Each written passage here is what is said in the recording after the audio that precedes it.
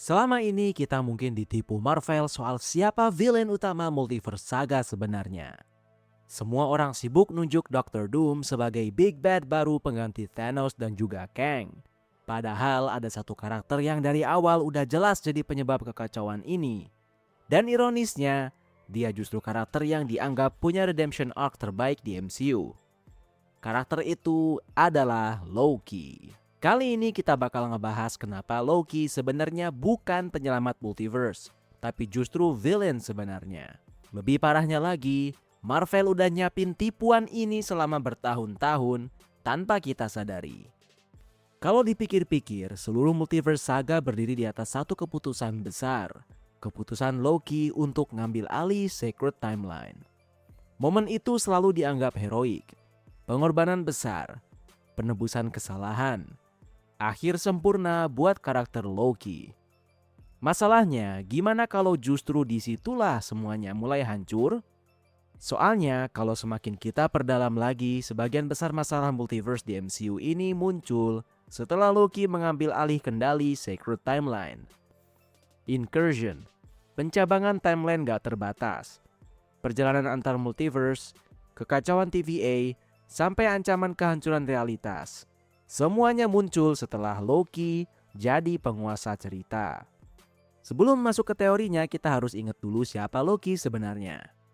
Loki pertama kali muncul di Thor sebagai saudaranya. Sepanjang hidupnya, Loki selalu merasa jadi bayangan Thor. Thor kuat. Thor dipilih jadi pewaris tahta. Sedangkan Loki cuman sosok licik yang dianggap selalu nomor 2. Semua berubah setelah dia sadar kalau dirinya bukan seorang Asgard, melainkan seorang keturunan Jotun. Mulai dari situ, hidup Loki berubah total. Loki merasa dibohongi sama semua keluarganya, terutama Odin. Dia ngerasa identitasnya dirampas. Ini bikin dia bersekongkol dengan bangsa Jotun. Tapi disitulah sifat asli Loki kelihatan, karena pengkhianatan itu pun sebenarnya tipuan. Tujuan Loki bukan membantu Jotun.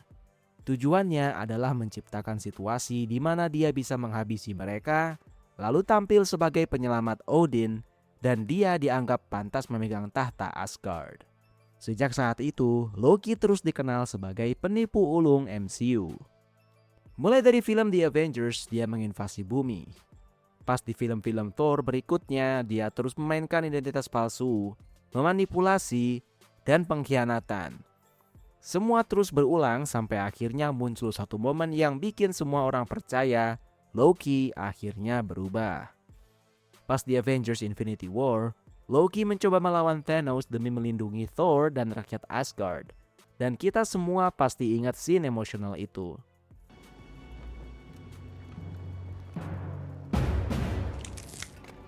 Loki mati persis di depan Thor. Momen itu terasa seperti akhir perjalanan karakter Loki, sang penipu yang akhirnya milih berkorban demi saudaranya. Emang harus diakui itu salah satu kematian paling emosional di MCU. Ini ternyata bukan akhir dari kisah hidupnya karena Marvel punya terobosan baru. Lewat Avengers Endgame, semuanya berubah.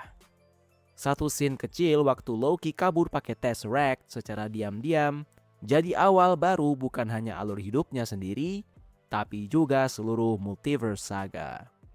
Lewat serial Loki, kita dikasih lihat sisi Loki yang benar-benar baru. Selama di TVA, Loki mulai melihat konsekuensi dari semua pilihan hidupnya. Dia lihat kematian ibunya, Frigga. Dia lihat kematian Odin. Hal yang paling penting ada waktu dia ngelihat dirinya sendiri mati di tangan Thanos. Momen ini terasa seperti titik perubahan total. Pertama kalinya, Loki mulai sadar kalau jalan hidupnya selalu berakhir tragis karena dirinya sendiri. Marvel dari sini mulai membangun narasi redemption arc. Loki yang egois perlahan berubah jadi sosok yang peduli pada orang lain, terutama setelah dia ketemu Sylvie. Sylvie dianggap ancaman Sacred Timeline, tapi justru lewat Sylvie, Loki mulai mempertanyakan semuanya. Dia bertanya soal kebebasan memilih, mulai berpikir soal takdir, berusaha memahami hidup yang selama ini selalu ditentukan orang lain. Akhirnya mereka bertemu dengan sosok di balik TVA, He Who Remains. He who remains. Dia ngasih Loki pilihan untuk mengambil alih Sacred Timeline atau ngebiarkan multiverse kacau. Pas disinilah semuanya berubah karena Loki akhirnya memilih jadi penjaga timeline. Loki memegang seluruh cabang realitas. Dia berubah jadi sosok yang mengontrol semua cerita. Sebuah pengorbanan heroik. Sebuah ending sempurna. Atau setidaknya itu yang Marvel mau kita percaya.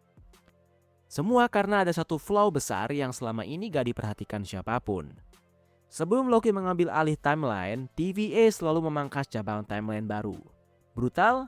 Iya, tapi stabil. Loki mengubah sistem itu secara total dengan membiarkan timeline bercabang tanpa batas. Semakin banyak kemungkinan baru terjadi, semakin banyak cabang timeline baru yang muncul. Jumlahnya agak terbatas. Masalahnya adalah Loki mungkin ngira dirinya mampu mengendalikan semuanya. Padahal pertumbuhan timeline itu justru bisa jadi penyebab kehancuran multiverse, dan di sini kita masuk ke bagian paling menarik. Konsep timeline dan universe di MCU sebenarnya masih ambigu. Ada kemungkinan Sacred Timeline itu memang gabungan seluruh multiverse yang dipaksa jadi satu jalur aman oleh He Who Remains. Ada juga teori yang jauh lebih masuk akal kalau Sacred Timeline sebenarnya adalah universe tersembunyi yang sengaja diisolasi dari multiverse lain. Soalnya He Who Remains tahu kalau variannya sendiri sangat berbahaya. Ini alasannya dia ngebikin sistem tertutup. Semua cabang dipotong sebelum menyentuh realitas lain. Semua timeline dijaga supaya gak menarik perhatian multiverse luar.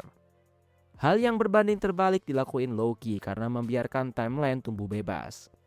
Timeline itu mulai melebar dan mulai menyentuh universe lain.